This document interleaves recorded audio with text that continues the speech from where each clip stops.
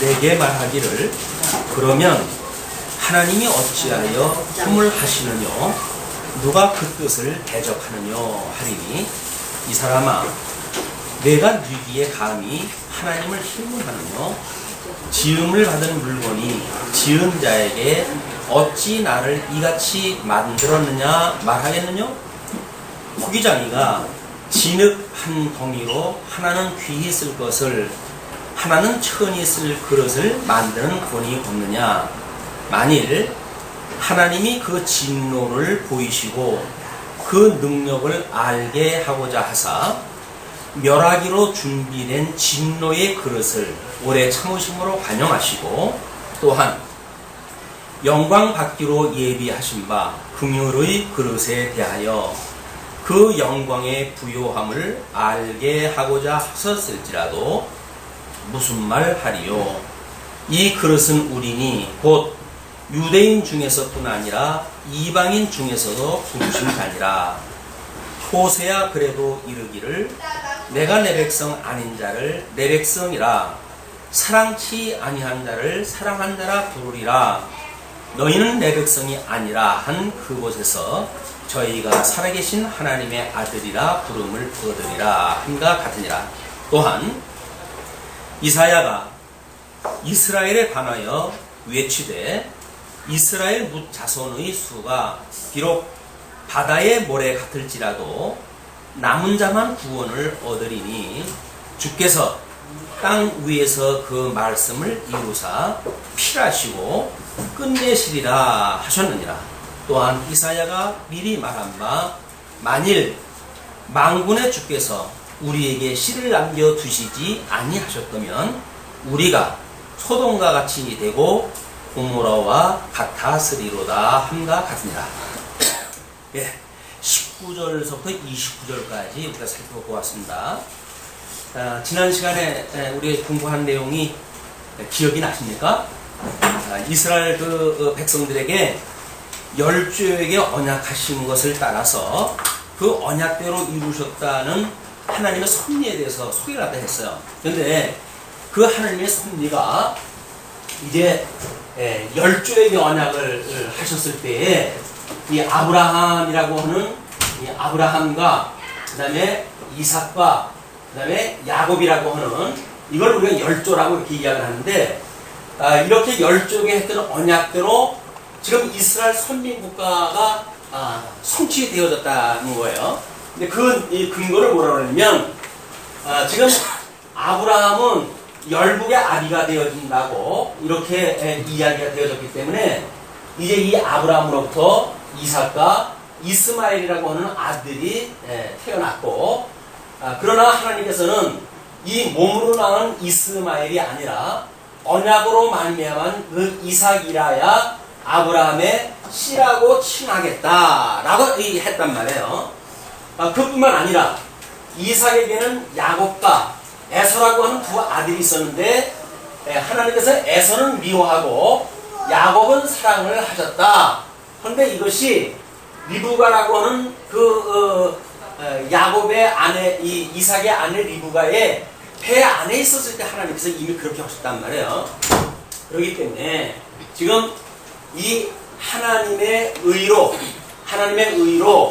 믿음에 이르게 되어진 성도, 믿음에 이르게 되어진 이 성도란 그 이야기입니다. 성도란 이렇게 열조에게 언약하셨던 대로 하나님의 약속에 의해서 절대 주권적으로 이 믿음에 이르게 되어졌다라는 내용을 지난 시간에 공부를 다 한 거지요. 이렇게 이야기를 해놓게 되면 소위 이 사도 바울이 지금 19절에서 이야기하는 것처럼 이 혹이라고 하는 것은 주로 합리적인 생각을 가지고 있는 사람들, 그 다음에 인본주의적인 생각을 가지고 있는 사람들, 이런 사람들이 이제 어떤 질문을 갖다 할 것인가에 미리 내다보고 이렇게 이야기를 합니다. 내게 말하기를 이렇게 논리를 전개해 가니까 이런 논리를 전개했던 나에게 그런 그 이야기죠. 내게 말하기를 그러면 하나님이 어찌하여 허물하시느뇨 누가 그 뜻을 대적하느뇨 하리니 그렇죠? 자 이쪽에는 우리가 이렇게 이 선을 그었을 적에는 이쪽에는 생명의 세계고 이쪽에는 사망의 세계를 우리가 손을 그어가지고 보통 구분을 짓잖아요. 이렇게. 그러니까 하나님께서 절대 주권적인 언약에 의해서 어떤 자는 씨로 삼기도 하고 어떤 자는 사랑하기도 하고 이것이 하나님의 절대 주권에 의해서 되어졌다고 한다면 여기에서 이루어진 모든 사람들도 하나님의 뜻이 지금 실현되어진 거 아니에요. 하나님의 뜻대로 지금 이 사람들은 하나님이 묘한 바 되어졌고 또는 씨가 아니라 그냥 몸에서 태어난 그래서 이삭의 그런 민족들을 공격으로 할 수밖에 없는 민족으로 하나님께 쓰신다는 이야기니까 어떻게 한다면 우리들이 어떻게 했냐 그 이야기예요. 아니 하나님의 뜻이 이렇다는데 이렇게 망할 자들이 망한 자 이 망할 일을 했다고 해가지고 우리들한테 어떻게 잘못했다고 할 수가 있겠냐고요. 아니 하나님께서 망하게 하셨으니까 그 책임을 하나님께서 지셔야지 왜 우리들한테 그 망한 그 죄를 우리한테 묻느냐 이런 질문을 할 수 있겠죠. 아마 우리 하나님의 절대 주권을 수없이 들었던 우리들도 우리 삶에서 어떤 이런저런 일이 있을 때 그러면 왜 하나님께서 나한테 이런 걸로 인해 가지고 왜 문제를 갖다가 삼으시는가 이런 질문을 늘 하게 되잖아요. 끊임없이 우리 질문이에요.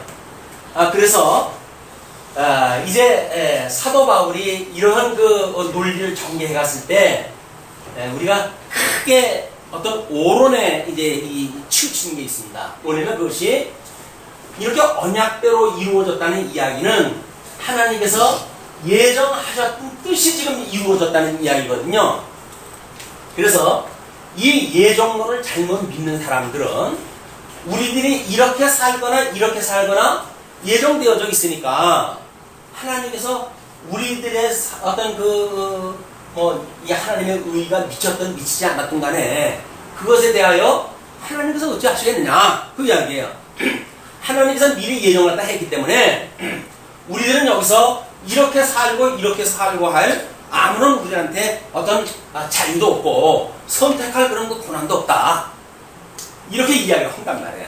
이게 하나님의 절대 주권을 유기적인 주권이 아니라 그냥 인간에 포함되어져 있는 하나님의 절대 주권, 이 주권이라고 그렇게 이야기를 하고 인간이 이 주권에 의해서 어떻게 종속되어져 있는 의지를 가지고 있는지에 대한 이런 인간에 대한 성찰이 없는 사람들이 기계론적으로 제시하는 문제야.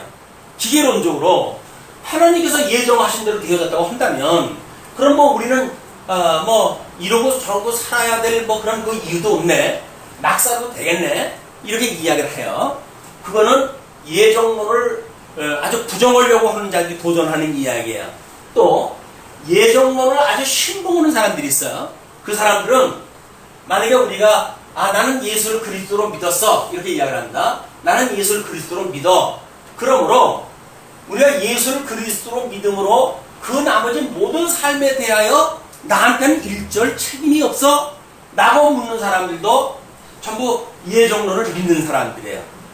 이 예정론을 전제하는 사람들이에요. 근데 예정론이라고 하는 그 이야기는 하나님께서 원래 이 당신의 선하신 뜻이 있기 때문에 뜻은 이렇게 계시되어진 거 아니에요. 이 계시하신 것이 성경으로 우리가 확인되어지는 역사란 말이에요. 그러니까 여기서 보여주신 하나님의 계시를 확인하지 아니하고 예정을 말하는 이야기는 모순인 거예요. 그렇잖아요.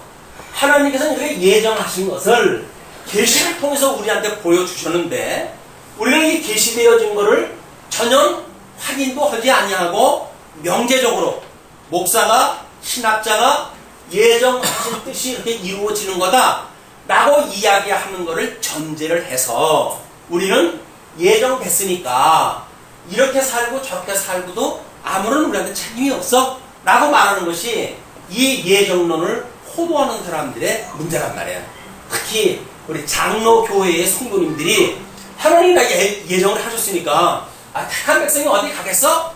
라고 이야기를 갖다 해가지고 자기 삶에 대하여 전혀 하나님의 기뻐하신 뜻이 무엇인지 이런 영적 예외와 상관없는 삶을 살면서도 하나님이 예정했기 때문에 나는 구원을 받았다고 주장하는 그런 사람들의 이야기다 그 이야기예요. 근데 예정되는지 안 되는지는 어떻게 봐야 알죠?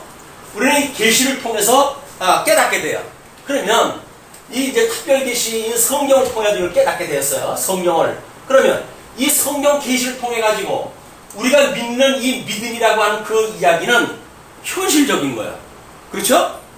이거는 지금 성경에 내가 믿느냐 안 믿느냐가 기록되어진 것이 아니라 성경을 통해서 계시되어진 걸 통해 가지고 정말 그렇구나 라고 믿는 거는 이 믿음이라고 하는 나의 이 주관적인 믿음에서 나온단 말이에요.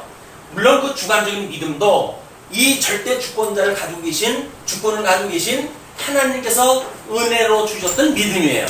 이 믿음은 관념적으로 우리가 전인격적으로 믿는 것이 아니라 어떤 관념적으로 나는 구원받은 백성이야 라고 말하는 사람이 정말 저 예정을 믿는 사람인가, 아니면 이 믿음의 열매라고 하는 이 열매를 통해 가지고 나는 이게 믿어지기 때문에 이렇게 살 수밖에 없어 라고 하는 전인격적인 믿음을 가지고 살아가는 성도가 말하는 예정인가? 너무 분명하죠. 어떤 사람들은 성경을 가지고 자기 방패막이를 삼는 거예요.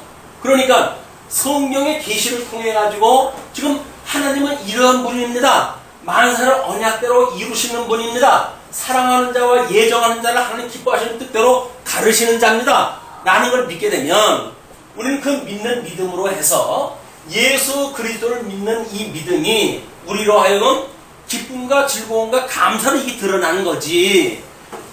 하나님께서 이렇게 사랑하셨다. 그런데 이 열매를 우리가 생각하기보다는 관념적으로 하나님이 나를 사랑하신데 나는 얄팍한 생각을 가지고 우리의 삶을 하나님의 이 기뻐하는 뜻하고는 상관없는 나 좋은 대로 내 인생을 살아가면서 예수를 그리스도로 믿는다는 이야기는 진정성에 대하여 의심이 있다 그 이야기예요. 예수를 그리스도로 믿으면 모든 죄가 다 용서함을 받는다고 그러거든요. 그러니까 용서함을 받는다고 하는 그런 어떤 구속의 의미 때문에 예수를 그리스도로 믿는다고 스스로 생각하는 수준에 머무는가, 아니면 하나님께서 만사를 이렇게 언약대로 이루시는 분이기 때문에 아직도 우리가 이렇게 이야기를 하잖아요. 우리들의 영은 중생이 되어졌고 우리들의 육은 아직도 사망의 권세 아래에 있어요. 영은 중생이 되어졌다고 우리가 성경을 통해서 믿어요. 그런데 우리가 이제 여기서 나타나는 것이 덕성이라고 이렇게 이야기를 했어요.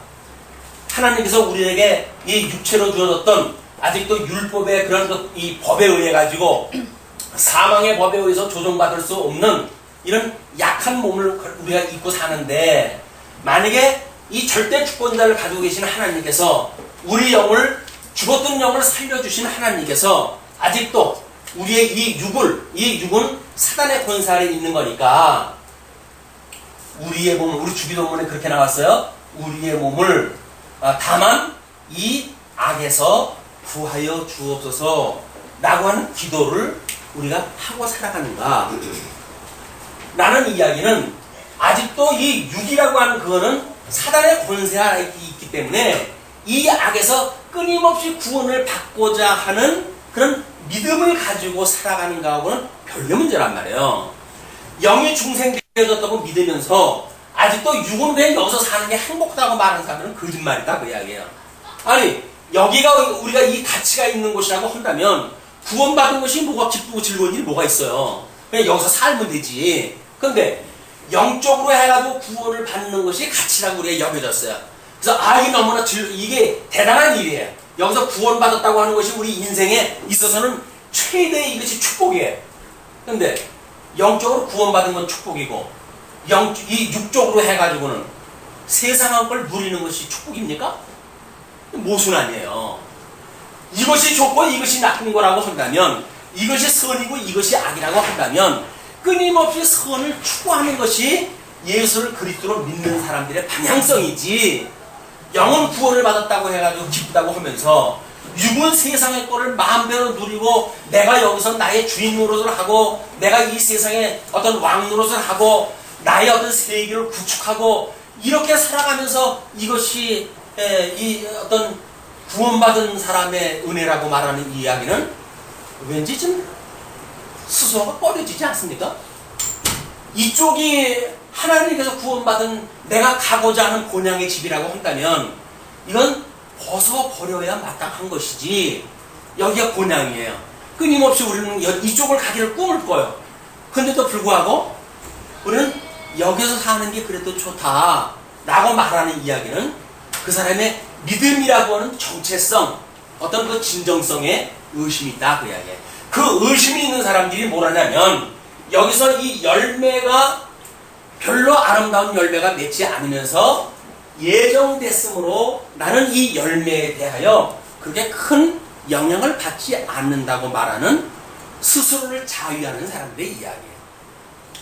하나님께서 정말 하나님의 의가 등장을 해서 죽었던 우리들의 영을 살리셨다고 한다면 이 하나님의 의는 여전히 우리 사망 권세 아래 있는 우리들의 이 육신, 이 사망의 법으로부터 구속을 받을 수 없는 이 연약한 우리들을 여전히 성령의 법, 생명의 법에 이게 종으로 삼으실 수 있다고 하는 걸 믿고 그걸 믿는 믿음으로 살아가는 것이 지금 사도 바울의 논리를 전개하는 거란 말이에요.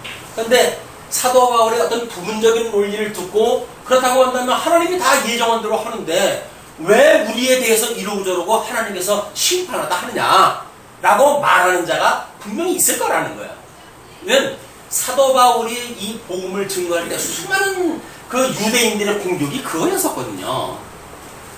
인간적으로 어떤 이 인본주의적인 자기 공로, 이 자기 공로를 세우려고 하는 수많은 유대인들이 있었어요. 그 유대인들이 하나님이 만사를 언약하고 하나님께서 만사를 이루어 가시는 거라고 이야기했을 때 이런 공격을 다 해온 거예요. 그렇다고 한다면 하나님이 다 한다고 한다면 우리들의 삶은 뭐란 말이냐?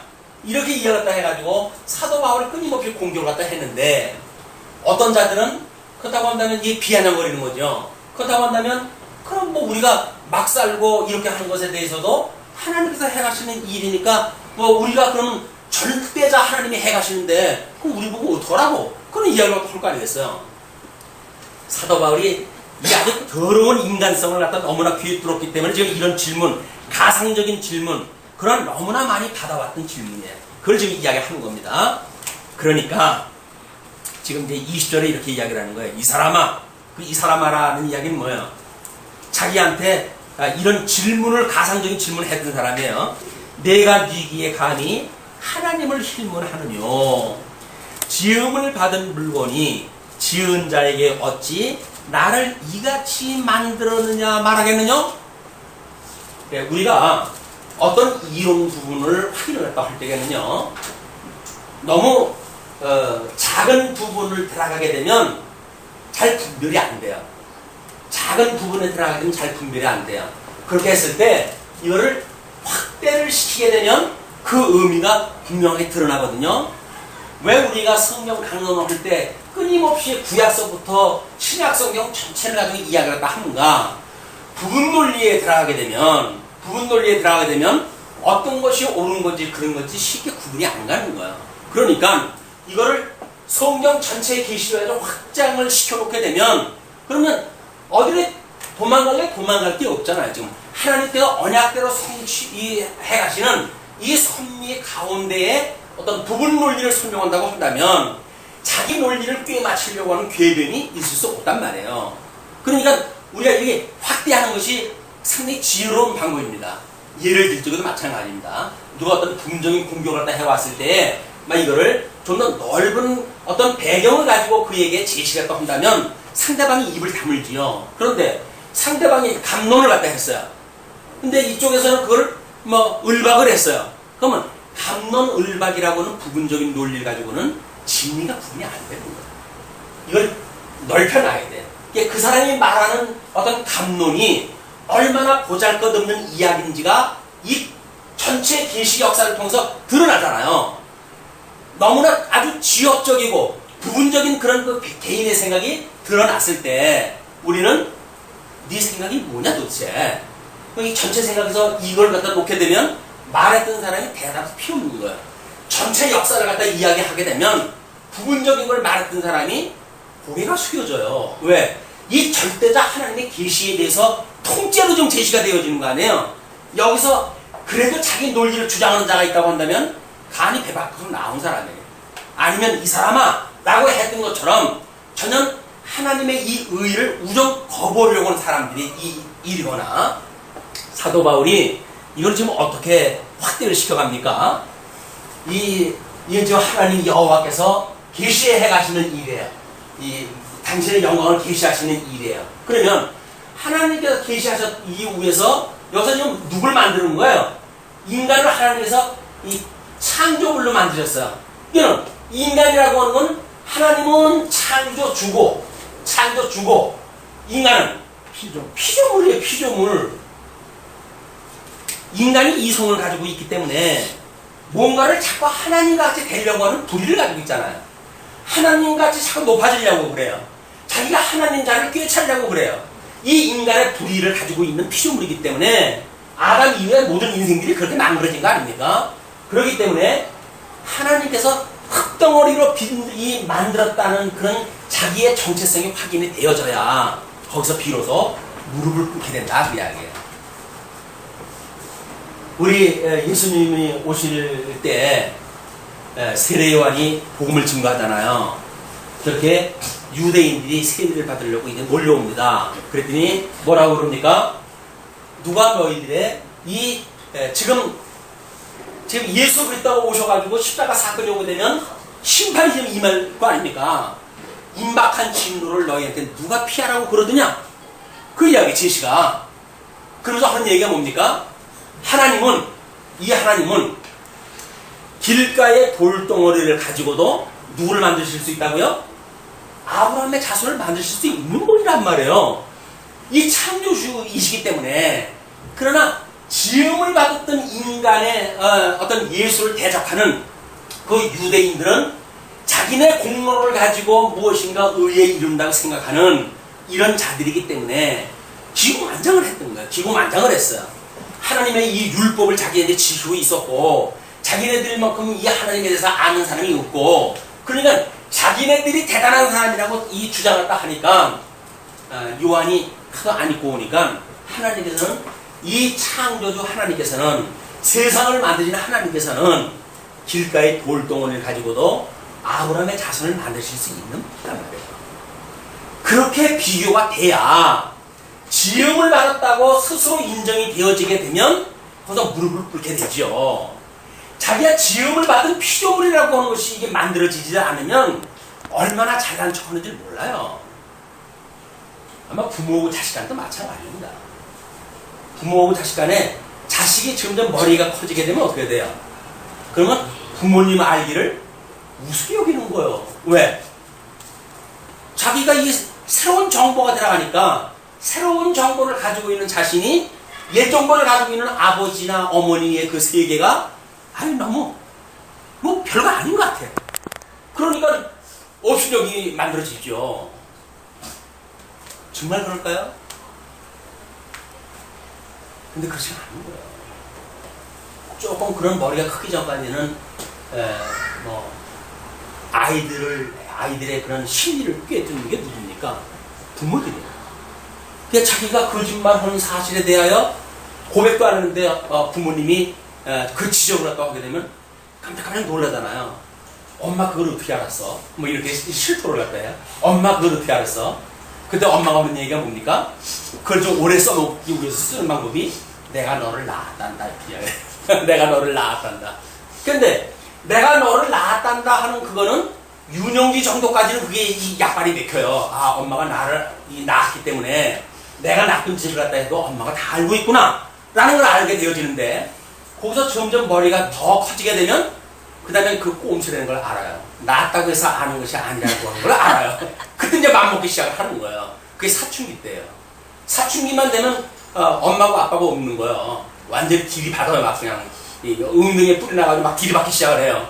그 들이받기 시작을 또 하다가 사춘기가 끝나게 되면 그게 완전히 몸에 배잖아요. 이제 자기 체질화 되어져요.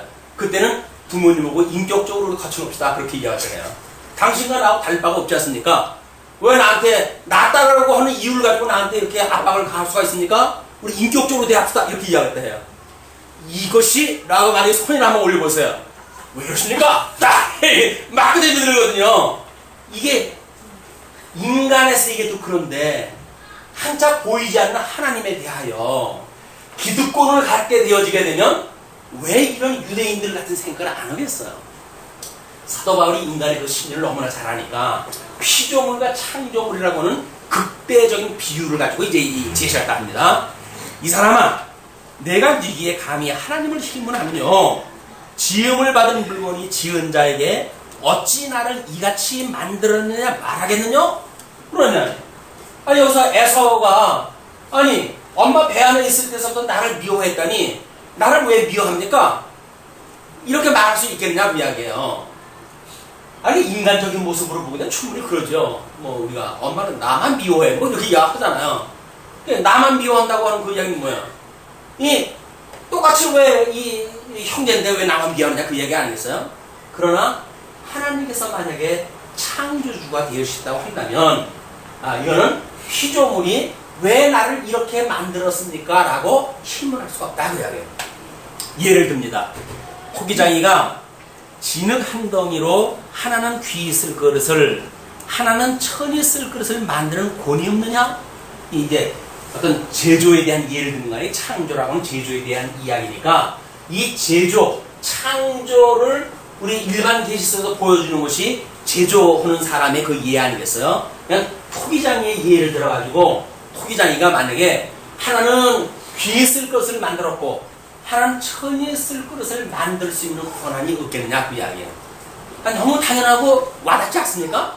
아니 하나님이 토기장이가 어떤 거는 밥상에 오를 밥그릇을 만들기도 하고 어떤 것은 처음부터 개밥그릇 만들기 위해서 만들지는 않았죠. 그럼 천이 쓸 그릇을 만들기도 하잖아요. 뭐 꽃을 담는 그릇을 만든다든가 아니면 오물통을 갖다 뭐 만든다든가 그럼 같은 흙인 거예요.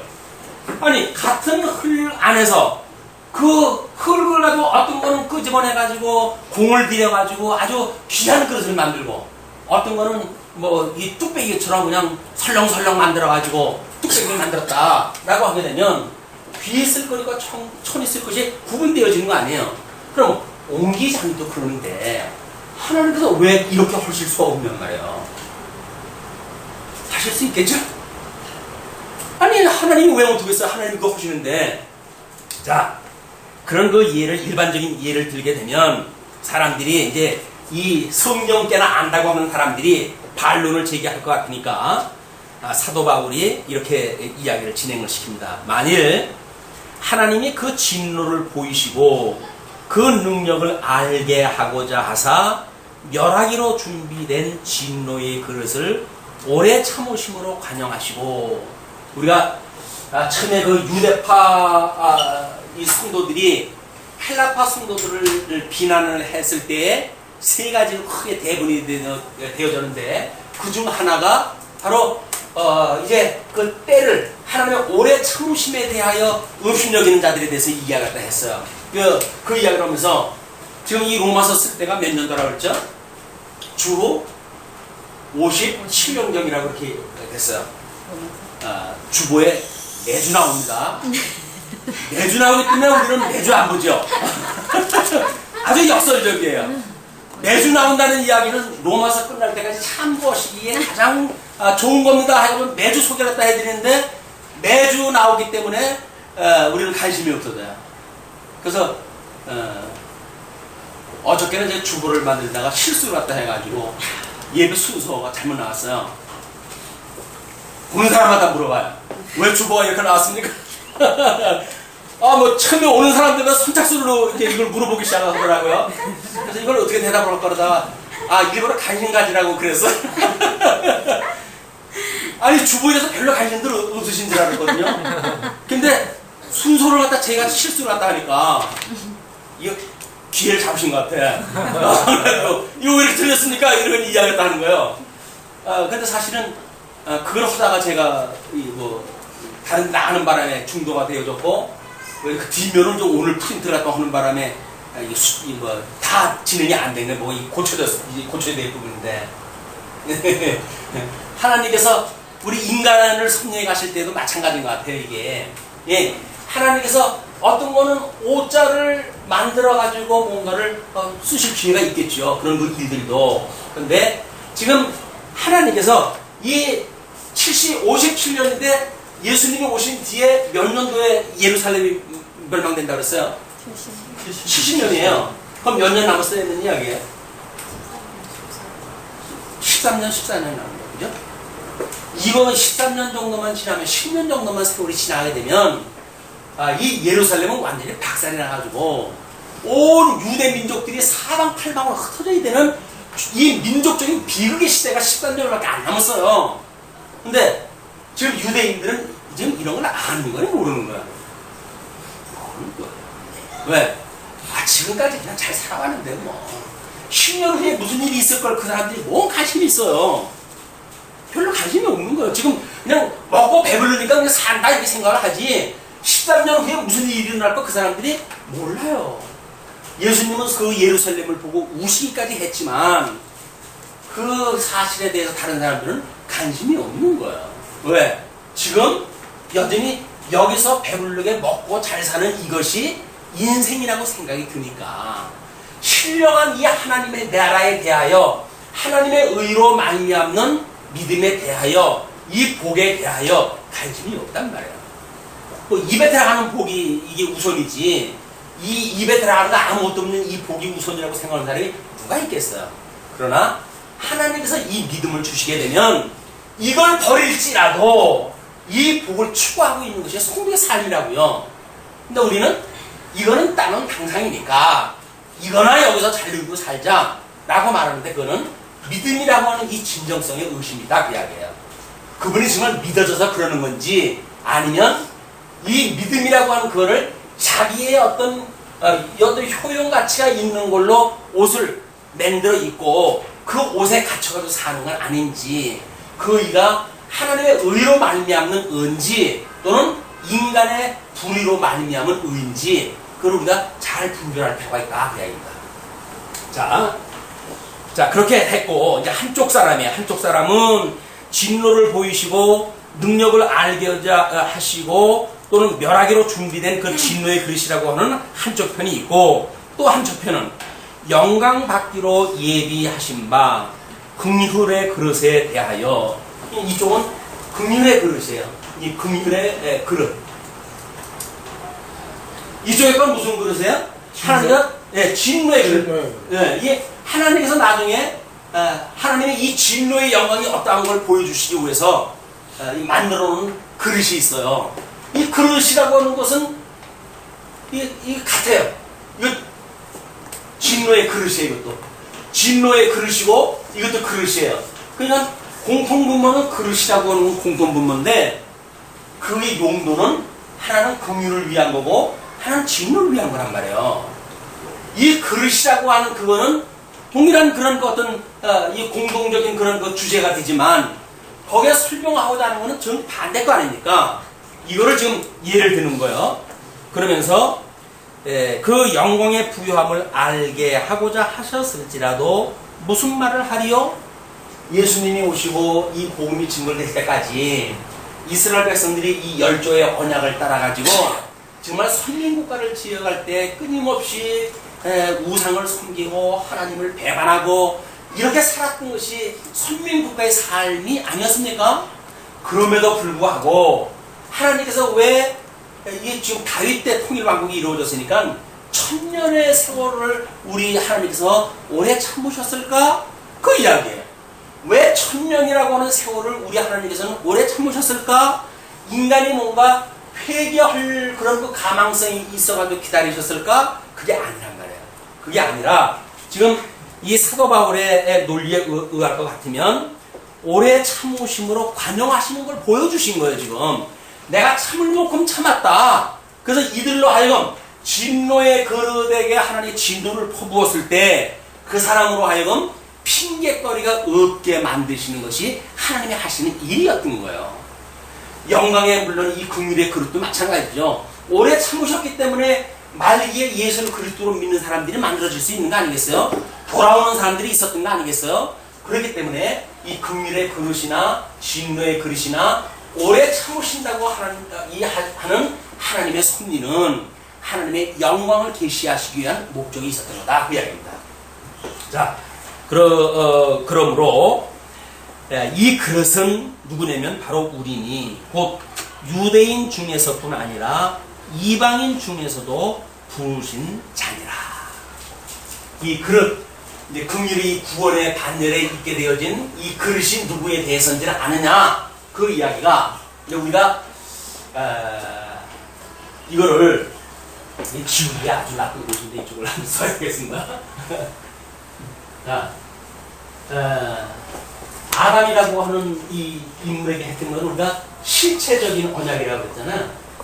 그럼 이 아담 이후에 이 노아라고 하는 인물을 통해 가지고 이 실체적인 언약을 예표적으로 이제 성취를 갖다 하심으로 우리 예수님이 이루실 것을 미리 보여준 사건이 있었고, 이거를 아브라함이라고 하는 사람을 통해 가지고 선민국가, 이 선민국가를 만들었어요. 이 선민국가를 모형적인 섭리다 이렇게 이야기를 했어요. 그러니까 이 모형은 실체 섭리에 대한 모형이라는 이야기거든요. 그러니까 지금 이 아브라함의 이 예수를 그리스도로 믿는 성도들한테 이 편지를 보내는 거 아니에요? 여기서 말하는 이 그릇이라고 하는 이야기는 너희들뿐만 아니라 노아의 세 아들로부터 번창한 전 인류가 포함되어진 개념이다. 그 이야기예요. 이 이원론적인 이야기가 아닙니다. 하나님께서는 이 실체적인 언약에 대하여 모형적으로 지금 선민국가를 계시를 갖다 보여주는 건데, 선민국가 사람들은 자기네들이 선택되어진 백성이라고 하는 자부심을 가지고 있단 말이에요. 이 선택되어진 백성이라는 이야기는 하나님께서 어떻게 노아의 세 아들, 그 수많은 인류 중에 구원의 역사를 펴가시는가를 보여주시기 위한 샘플이라고 했잖아요. 조그만 변방의 한 나라를 취해가지고 하나님께서 전 인류에게 섭리하실 것을 보여주는 모형적인 섭리였었다 라고 하는 것이 이스라엘 역사란 말이에요. 근데 이걸 그릇을 삼아가지고 지금 아브라함이라고 하는 그 후손들에게 하나님께서 이 놀라운 섭리를 갖다가 펴나가시는데, 사람들은 이 그릇이 아브라함의 후손이라고 하는 그것을 전체로 놓고 보니까 여기서 말하는 소위 말하는 이 사람들이 이 무할례당에 이 할례받지 않은 사람들에, 자기네들은 아브라함의 자손으로 할례당이에요. 이 사람들은 그러면 자기네들은 율법을 가진 자들이지만 이 사람들은 하나님 앞에 외인이었던 사람들이기 때문에 자기네들이 같이 구원의 어떤 이런 논리가 되어지는 것 자체를 자존심 상해하는 거예요. 이게 이 사람들의 비용인 겁니다. 무엇을 가진 자들의 가장 큰 비용이 뭐냐면, 없는 자들, 자기네들하고 뭔가 신분이 다른 자들에 대하여 함께 자리하는 것을 꺼려하는 사람들이에요. 왜? 자기네 기득권을 이걸 누리고 싶으니까. 이 기득권이 없는 사람들, 이런 사람들에 대하여 뭔가 차별을 갖다 하고, 이게 지금 이 할례파 유대인들의 짓이에요. 유대주의, 히브리파 유대인들이 가지고 있는 그런 그 사고였단 말이에요. 그러나 이 지금 할례파, 무할례당이라고 보통 이야기 되어지는 이 헬라파 성도들에 대해서는 지금 이 사람들이, 이 사람들은 언약의 외인이었는데 왜 이 구원에 대한 걸 우리로 같이 좀 논의가 나느냐라고 이야기를 하니까 사도 바울의 이야기가, 이 그릇은 바로 너희들뿐만 아니라 이거로부터도 구원받을 사람들이 포함되어진 그릇에 대해서 내가 이야기를 하고 있다 그 이야기예요. 이 그릇은 어디의 그릇? 지금 이 아브라함의 후손들에만 이 그릇이 아니라 노아의 후손으로부터 오는 그릇을 포함되어진 개념이다 그 이야기예요. 이걸 놓치게 되면, 그러니까 성경은 이렇게 구도적으로 보질 않으면 이걸 왔다 갔다 해가지고 도대체 무슨 얘기냐, 어떤 쪽에는 선민국가 이야기하다가 또 뭐 실체적인 이야기가 나오고 그래요. 특히 선지서를 공부하다 보게 되면 모형적인 이스라엘 국가에 대한 예언을 갖다 하는데도 불구하고 뭐 엄청난 저 실체적인 영광에 대해서 막 이야기가 나오고 그러거든요. 근데 사람들이 그걸 잘 이해 못하는 거예요. 아니, 이야기가 그 얘기가 왜 나오냐, 그 이야기인데, 이거는 실체와 모형이라고 하는 두 구도를 이해했을 때 가능한 이야기입니다. 자, 그렇기 때문에 이 그릇은 우리니 곧 유대인 중에서뿐 아니라 이방인 중에서도 부르신 잔이라. 이제 여기까지 설명이 되어진 겁니다. 이거를 설명하기 위해서 이 율법을, 그래도 성경을 가지고 있던 자들이니까 성경을 가지고 있던 자들에게 그래도 성경적인 설득을 하기 위해서는 구약 성경, 그때 있었던 성경을 가지고 논의를 갖다 해가야 되겠죠. 그래서 성경에서 그 인용을 하게 되어집니다. 25절, 호세야 그래도 이르기를 내가 내 백성 아닌 자를 내 백성이라, 사랑치 아니한 자를 사랑한 자라 부르리라. 너희는 내 백성이 아니라 한 그곳에서 저희가 살아계신 하나님의 아들이라 부름을 얻으리라 함과 같으니라. 자, 호세아는 북쪽 이스라엘이 분국이 되어졌을 때, 북쪽 이스라엘이 멸망할 때쯤에 선지자 등장할 때 해가지고 이제 그 분국되어져가지고 쪼개져간 민족들 또는 포로로 끌려갔을 때 마지막으로 누가 회복할 것인가를 놓고 지금 이야기를 하는 것이니까, 지금 호세아가 내 백성이 아니라 한 그곳에서 저희가 살아계신 하나님의 아들이라 부름을 얻으리라. 포로로 끌려간 데서 비로소 그 하나님을 만나고 그들이 언약되어진 땅으로 돌아오게 되어진단 말이에요. 이거는 이미 거기에서 내 백성 아닌 자를 내 백성이라고 이렇게 이야기했던 것이 언급되지 않았느냐, 그런 그 이야기죠. 뿐만 아니라 너희들이 좋아하는 그 이사야 선지자는 그 이야기입니다.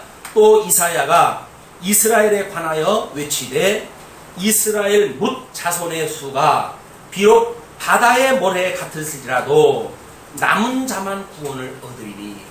그냥 하나님께서 아브라함의 후손이라고 해서 다 구원을 받는다고 하지 않은 것이 지금 사도 바울이 이렇게 논리를 전개해갔던 거 아니에요. 성경적인 근거로 하기 이사야의 그 글을 직접적으로 제시하다 하는 거예요. 이스라엘 뭇자손의 수가 비록 바다의 모래 같을지라도 남은 자만 구원을 얻으리니 주께서 땅 위에서 그 말씀을 이루사 필하시고 끝내시리라 하셨느니라. 뿐만 아니라 또한 이사야가 미리 말한 바 만일 만군의 주께서 우리에게 씨를 남겨두시지 아니하였다면 우리가 소돔과 같이 되고 고모라와 같이 같았으리로다 함과 같으리라. 이미 하나님께서 이 씨를 그래서 아브라함과 지금 이렇게 가지고 다윗의 자손 이렇게 이야기해요. 아브라함과 다윗의 자손 예수 그리스도의 세계라. 마태복음 1장 2절에 가면 이제 그렇게 설명이 되어지거든요. 그러니까 하나님께서 남겨두신 씨가 아니고는 하나님께서 이 역사를 섭리해 가실 때에 누가 다 진멸하다 훨씬 낫는 거예요. 누구와 같이 소돔과 고모라에 완전히 유황불로 해가지고 태워버리듯이 다 태워버릴 것이지만 하나님께서 남겨두신 이 씨들로 인해가지고 구원의 역사를 펴가신다, 그 이야기입니다. 그래서 사실은 하나님께 부름을 받은 사람들은 많지만 하나님 앞에 구원을 받는 사람들은 많지 않아요. 부름을 받는 사람들은 많아요. 왜? 아니 뭐 선지자들이 선포할 때마다 모르는 사람들한테 오라는 거 아니에요. 지금 다 내게로 오라는 이야기 아니에요. 그러나 정말 와가지고 전 인격적으로 믿음의 열매까지 믿는 성도들은 별로 많지 않아요. 특히 요즘같이 배가 부르는 세상에는 더더군다나 더 그렇죠. 그러니까 왜 지금 기독교에 이 성도들의 숫자가 썰물 빠져가듯이 빠져나갈까요? 남겨놓은 씨를 갖다가 지금 하나님 보여주시기 위한 걸러내는 작업들을 하는 거예요. 거품을 제거하시는 거예요. 과거에 정말 우리나라 뭐 이제 뭐 잘 살아보세요 이렇게 했을 때 수많은 사람들이 도시로 올라오잖아요. 왜? 먹고 살려니까 올라올 수밖에 없지요. 그런 사람들에게 교회마다 예수를 믿어라 그러면 너희들이 복을 받는다 라고 이야기하다 하지 않았어요? 수많은 사람들이 예수 믿으려고 그냥 온 교회가 차고 넘치는 거예요. 의료시설은 별로 그렇게 넉넉지 않은데 뭐 돈이 없어 치료를 못 받겠는데 교회에 오게 되면 안수 오는 데마다 병이 고쳐진다고. 그러니까 병 고치려고 한다면 병원을 갈 수가 없으니까 어디로 와야 돼요? 교회로 와야죠. 교회가 엄청나게 부흥한 거예요. 부흥했다 했는데 의료복지시설 대한민국 잘 돼 있습니다. 2~3천만 원 가져오면 병원에 가가지고 치료를 받을 수가 있어요. 뭐어떻게 교회 가가지고 머리를 뒤밀고 안수를 받으려고 그러겠어요. 지금도 뭐 형편이 안 된 사람은 그럴 수밖에 없지만 또 이제 이성들이 발달했어요. 뭐 대부분의 우리 아이들이 지금 뭐 전력을 해가지고 공부하지 않습니까? 뭘 공부합니까? 이 세상의 것들을 갖다 지금 탐구하려고 지금 뭐 머리가 빠지도록 지금 공부를 다 하고 있는데 뭘 갖다 배워요? 합리적이고 이성적인 걸 공부합니다. 그러니까 성경에서 눈에 보이지 않는 것의 이야기를 갖다 하게 되면 헤이 그런 거예요. 하나님이 천지를 창조하셨다. 그러면 아이들이 웃어요. 하나님이 창조하다니요. 빅뱅의 이론이 어떻고 진화론이 어떻고 해가지고 세상에서 가르쳐주는 이 일반 학문의 논리가 있는데 그걸 가지고 지금 머리를 싸매고 지금 이 세상을 공부를 하고 있는데 성경에 오게 되면 하나님이 세상을 지으셨다는데 그 얘기를 믿을 만한 아이들이 누가 있어요? 안 믿어요. 공부를 잘하는데도 이걸 믿는 아이들은 지금 복 받은 아이들이에요. 누구라고 말은 안 하지만 복 받은 아이들이에요. 이게 안 믿습니다. 안 믿어요. 아니, 합리적인 생각을 가지고 있는 아이들이 하나님이 만사를 언약대로 이걸 이루어 가신다고 이야기를 하는데 그걸 믿을 사람이 누가 있어요? 그러니까 빠져나가는 거예요. 그래도 우리는 성경을 뭐 나름대로 성경을 이렇게 차례로 풀러가지고 설명을 하니까 낫지요. 뭐 뜬금없이 성경 몇 구절을 읽고 자기 경험을 이야기하고 복 이야기하고 이렇게 이야기를 하게 되면 사람들이 그걸 어떻게 그걸 믿습니까? 많이 사람 끌고 와라, 돈 내라, 집 짓자 이런 이야기 하는데 누가 교회당을 가가지고 그 딱거리 같은 그런 짓을 하고 있어요? 안 돼요. 기독교는 그렇게 하면 안 돼요. 아직도 뭐 복음이 좀 비천하고 국민 수준이 낮고 그렇게 한 데서는 그런 거 복음이 필요할 수도 있겠죠. 그러나 대한민국처럼 지금 이렇게 일반적으로 토양이 이 하나님 말씀을 정말 이걸 중생한 이성이 깨달을 수 있을 만큼의 논리가 만들어진 오늘날에 와서는 그런 이상한 논리 가지고 예수 믿으라는 믿지 않아요. 그건 믿을 수가 없는 거예요. 그렇기 때문에 지금 말씀운동 서원교회는 준비된 교회입니다. 21세기가 준비된 교회예요. 이 말씀을 가지고 성경 말씀을 풀어가지고 정말 그렇구나 라고 하는 데까지 우리가 이걸 갈 수가 있도록 하나님의 섭리가 해가시니까 그렇게 아무리 이사야 선지자가 들어가지고 이야기를 했더라도 안 믿을 사람은 안 믿는 거예요. 이게 이제 하나님의 절대 주권적인 섭리라는 거예요. 자, 그러면서 이제 30절에서부터 33절까지 하나님의 의에 대한 언약 성취를 어떻게 하셨는지를 이렇게 설명을 하지요. 이렇게 아주 과격하게 설명을 딱 하니까 그런즉 우리가 무슨 말 하리요? 의를 쫓지 아니한 이방인들이 의를 얻었으니 이상한 논리가 벌어졌어요. 자, 이제 여기서 그릇이 두 개를 했잖아. 여기 이 긍휼의 그릇과 이 진노의 그릇이 있는데 이 진노의 그릇이라고 하는 이 사람들은 하나님의 의에 대하여 외인이었던 사람들이에요. 그 외인이었던 사람들이기 때문에 지금 하나님의 의를 쫓고 뭐 하나님이 기뻐하신 뜻이 뭐냐 이런 것들을 생각하지 않고 살았던 사람들이에요. 뭐 율법을 성경을 통해 가지고 하나님의 선한 뜻이 뭔가 이런 걸 분별하지 않고 살았던 사람들이에요. 그럼에도 불구하고 그 의를 쫓지 아니한 이방인들이 의를 얻었어요. 이 아이러니야. 이 하나님의 의를 선물로 얻게 되어진 거야. 그러니까 지금 이 한라파 유대인이라고 하는 사람들은 율법을 안 가지고 있는 사람들 아니에요? 근데 복음을 증거해가지고 예수를 그리스도로 믿었단 말이에요. 그러니까 하나님의 의를 선물 받은 사람들 아니에요? 원래는 하나님의 의에 대해 외인이었던 사람들인데 이 사람들이 선물로 이걸 받았으니 그 이야기예요. 뭐라 그래요? 그 의를 받았으니 그것이 곧 믿음에서 나는 의다. 이 의라고 하는 것은 하나님께서 이걸 선물로 무슨 선물로 주셨다고요? 이 믿음의 선물로 주셨단 말이에요. 믿음의 선물로 주셨다. 그 이야기예요. 그런데 또 한쪽 부류의 사람들은 어떤 사람들이에요? 의의 법을 쫓아간 이스라엘은 이 사람들은 허구한 말, 이 긍휼의 그릇으로 이제 하나님께서 어떤 이 섭리하려고 했던 이런 그 유대인들에 대해서는 허구한 날 율법을 가지고 살았던 사람들이에요.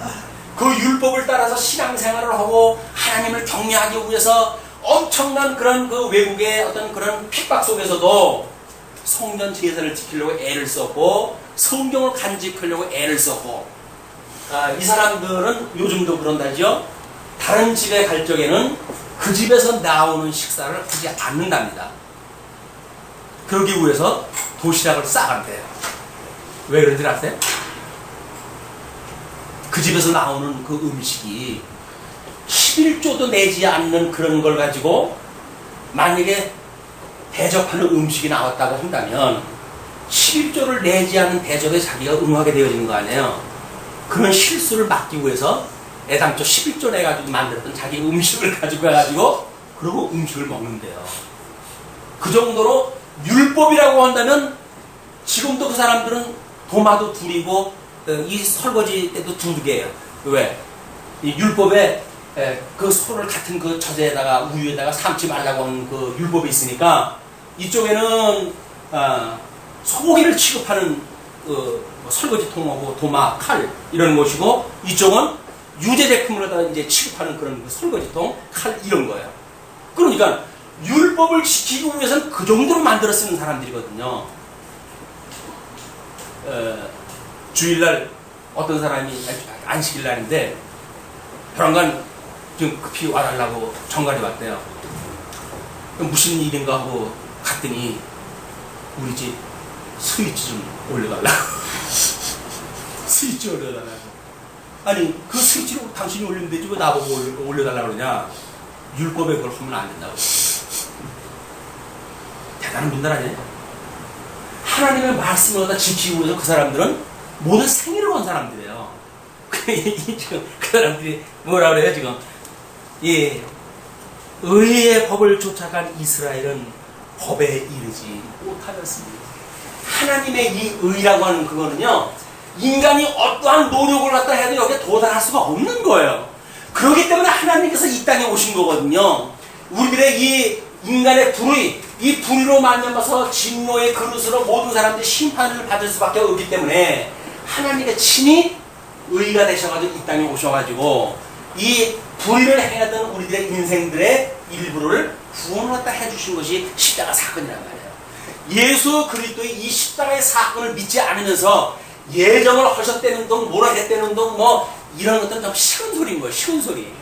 뭐 성도가 예정되어졌는데 뭐 우리가 이렇게 한다고 뭐 어디 가겠어? 라고 말하는 사람들은 이거는 성경을 믿지 않는 거예요. 뭐를 믿는 거예요? 교리를 믿는 거예요. 교리.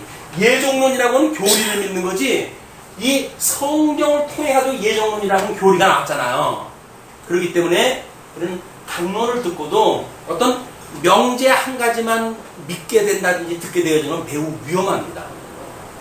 성경은 풀어서 설명할 때 이것이 말씀으로 우리를 녹이는 일이거든요. 이게 말씀이 되어지는 건데 이걸 일용할 양식으로 우리가 먹지를 못하고 어떤 명제적으로 이제 저는 일부러 명제를 제시하지 않지만 주보에 이미 나와져 있잖아요. 이걸 명제로 해가지고 하나님 예정하신 분, 하나님 만사를 언약대로 이루시는 분 이렇게 명제적으로 우리가 뭔가 들어오게 되면 성경 모든 내용들은 필요가 없어져요 이제. 왜? 명제만 남으면 되니까. 그래가지고 그렇게 살면 되겠다. 그게 답답한 일이란 말이에요. 한 시간 내내 그렇게 살자고 하는 게 아닙니다. 우리가 이렇게 잘 살자고 하는 게 아닙니다. 하나님께서 그렇게 해가시는 영광을 보고 배우자는 이야기입니다. 이렇게 강론을 갖다 했는데 강론을 한 시간 다 듣고 이제 나도 열심히 살아야지. 이러면 이거 참 입장 곤란해지는 거예요. 열심히 살자고 하는 게 아니에요. 하나님께서 어떻게 이 계시, 영광의 계시를 우해가지고 우리로 하여금 언약대로 이루시는 하나님의 섭리를 우리한테 보여주시고 하나님께서 이게 이루어하시는 거로구나 해서 나를 부정하고 이 나를 부정하고 우리 하나님만을 인정하고 살아가는가에 대한 이걸 좀 우리가 배우고 깨달아가는 일이지 성경을 공부하게 되면 우리는 그렇게 살아야지 그렇게 살 거면 예수님 못 오셔요. 예수님이 오실 필요가 없죠. 우리가 할 수 없으니까 주님이 오신 건데 지금도 아직도 여기 남아있는 게 뭡니까? 누가 해요 이거를? 하나님의 의가 이루시는 일이에요. 악에서 구원하는 일을 하나님 의가 이루시는 일이지 우리가 하는 일이 아니다. 오늘 아침에 제가 한 줄 글에다 그랬었어요. 하나님의 어떤 의를 이루는 그런 문제 때문에 끊임없이 우리가 그걸 고민을 하고 있잖아요. 그래서 우리들이 무엇을 잘 하고자 하는 이런 것이 우리에게 주어지는 그런 어떤 삶의 목적도 아닙니다. 잘 살고 못 살고가 어디 있어요. 그냥 하나님께서 우리로 하여금 나는 이렇게 부족하도록 우리 하나님께서 뭔가 지금 섭리하다 해 하시는구나 믿어지게 되면 그것이 나를 사랑하시는 하나님의 섭리라고 믿어지기 때문에 그것은 위로가 되어지는 거예요. 뭔가 성공을 해야 되고 뭐가 잘 나가야 되고 그렇기 때문에 예수 믿는 것이 맛이라고 한다면 그건 예수 믿는 게 아니에요. 주어진 삶을 믿는 거지요. 그러니까 어떤 사람은 삶이 그대로 속일지라도 그렇게 이해하고 하는데 정말 어떤 생각을 가지고 했는지는 모르겠어요. 삶이 우리들한테 무엇인가 살만한 세상을 주어지는 환경이기 때문에 우리 예수님을 믿는 것이 아니라 설사 여기서 우리가 별로 적합한 우리의 어떤 삶이 아닐지라도 만족하지 못할 삶이라 할지라도 주님께서 우리를 향하신 뜻이 깨달아지게 되면 우리는 감사하면서 살아갈 수가 있는 거예요. 왜? 그분이 우리를 사랑하신다잖아요. 사랑하시는 분이 우리들한테 그런 길을 인도하실 적에는 무슨 이유가 있겠지요. 새머리 같은 우리 생각을 가지고 이럴 수가 있습니까? 저럴 수가 있습니까? 이렇게 따지지 말라는 거 아니죠, 사도 바울이. 이거 네가 네게 감히 하나님을 신문하느냐. 근데 우리 조금만 어려운 일이 있으면 하나님 입장을 바꿔놓고 생각을 해봅시다. 이러고 저러고 이해를 하잖아요. 아니 창조주 하나님이 입장을 바꿀 대상이 없어가지고 필요 없는 인간하고 입장을 바꾸시겠어요? 근데 우리는 하나님한테 곧잘 그러잖아요. 입장 바꿔놓고 생각할 때 해보세요. 하나님 같으면 나한테 이런 환경을 주셨을 때 좋아하시겠어요? 라고 해가지고 고개를 빳빳하게 세워가지고 하나님을 대적을 하잖아요. 하나님께서 이걸 그냥 하나님이 어떠한 분인지를 강히 알고 하나님이 만사를 언약대로 이루어가시는 분이라 알게 되면 그 안에서 우리가 모든 여기가 손을 놓고 쉼을 얻는 것, 안식을 얻는 것, 소망 중에 기쁨을 가지고 살아가는 것, 이게 성도의 삶이라고 하는 걸 지금 사도 바울이 끊임없이 지금 주장을 하는 겁니다. 그러면서 어찌 그러하뇨? 이는 저희가 믿음에 의지하지 않고 행위에 의지함이라 부딪힐 돌에 부딪혔느니라. 기록된 바 보라, 내가 부딪히는 돌과 거치는 반석을 시온에 두노니 저를 믿는 자는 부끄러움을 당치 아니하리라 한가 같으니라. 결국 시온에 두는 그런 그 돌은 예수 그리스도인 거예요. 그래서 예수님이 돌아가실 때 뭐라 그러니까 돌 위에 돌 하나가 남지 않는다는 그런 그 이야기도 이 돌은 예수님 이분이라는 이야기예요. 근데 사람들은 어디에 관심이 있어요? 금발로는 돌에만 관심이 있으니까 예수님은 온데 간 데가 없어지고 돌에만 관심을 갖는 거예요. 예수님 저 성전 폼나죠? 제자들이 자랑하잖아요. 아이고 야 성전 허물어라네 사흘 만에 짓겠다 라고 이야기했다고 하는데도 이 돌이 구약성경에서 말하는 돌이 예수님이라고 하는 걸 생각을 안 하는 거야. 어떤 돌? 아름다운 수입석으로 만들어놨던 성전, 그 기초석 이런 걸 이 그릇으로 이야기를 하니까 돌로 이야기를 하니까 하나님께서 시온에 둔다고 했던 그 돌은 바로 예수 그리스도다. 그래서 예수 그리스도를 믿지 않으면 부끄러움을 당하게 되어지고 예수를 믿게 되면 부끄러움을 당치 아니하게 되어지는 심판의 역사가 있게 되어진다. 우리는 심판의 그 모든 역사로부터 하나님께서 구원을 갖다 해준 백성이에요. 이 긍휼의 그릇으로 우리를 삼아주신 분이에요. 율법의 외인이었던 우리들에게 하나님께서 이 믿음의 선물을 우리한테 주셔가지고 하나님의 의의 이 선물을 주셔가지고 하나님 나라의 백성으로 삼아주셨어요. 그리고 우리는 유대인들이 믿는 성도들보다 더 큰 감동을 가지고 살겠죠. 이 큰 성도가, 우리 감동이 우리 이제 흩어져 있는 한 주 동안도 우리 삶이 그렇게 기대했던 것만큼 행복하지 않을 수도 있을지도 몰라요. 그럴지라도 여전히 우리를 향하시는 하나님의 뜻을 발견하고 그 안에서 기쁘고 즐겁고 또 쉼을 얻는 이런 영적 예배의 시간이 되어지길 빌면서 말씀을 드리겠습니다.